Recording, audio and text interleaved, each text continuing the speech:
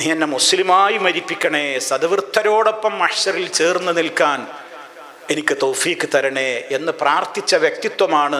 എല്ലാം നൽകപ്പെട്ടു, ദുന്യാവിലെ എല്ലാ നിഅമത്തും കൊടുക്കപ്പെട്ടു എന്ന് വിശുദ്ധ ഖുർആനിൽ നിന്ന് തന്നെ നമ്മൾ പഠിച്ചിട്ടുള്ള മഹാനായ യൂസുഫ് അലൈഹിസ്സലാം.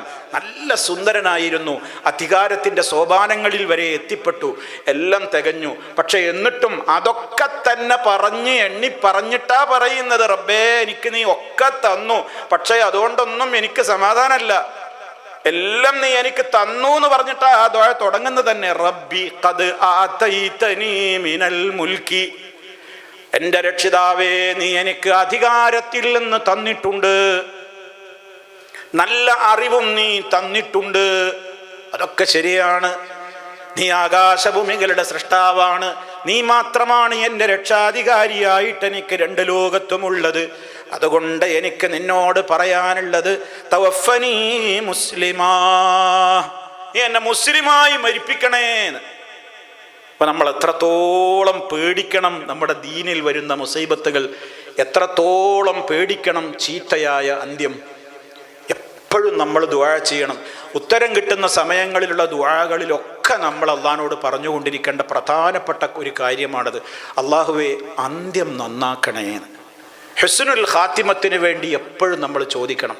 മരണം നന്നാവണം, അന്ത്യം നന്നാവണം, മുഅ്മിനായി മരിക്കാൻ പറ്റണം. അതേപോലെ തന്നെ മരണവേദന ലഘൂകരിച്ചു തരണം.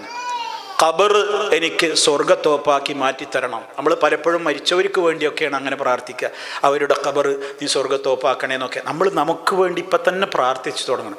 അല്ലാഹുമ്മ ജഅൽ ഖബരി റൗളത്തൻ മിൻ റിയാദിൽ ജന്ന, റബ്ബേ എൻ്റെ ഖബർ സ്വർഗത്തോപ്പാക്കണേ, അത് നരകത്തിൻ്റെ കുണ്ടാക്കി മാറ്റല്ലേ, നരകത്തിയിൽ നിന്ന് എന്നെ രക്ഷിക്കണേ. ഇതൊക്കെ നമ്മൾ ചിലപ്പോൾ കുറേ പ്രാർത്ഥനയ്ക്ക് സമയം കിട്ടിയാലും ഇനി എന്താ ഇപ്പം ചോദിക്കുക എന്ന് വിചാരിച്ചിട്ട് ചോദിക്കാനൊന്നുമില്ലാതൊരു മടുത്തിരിക്കല്, അങ്ങനെ ഒരു മടുപ്പും തോന്നണ്ട. ഈ കാര്യങ്ങൾ എപ്പോഴും ചോദിച്ചോളി.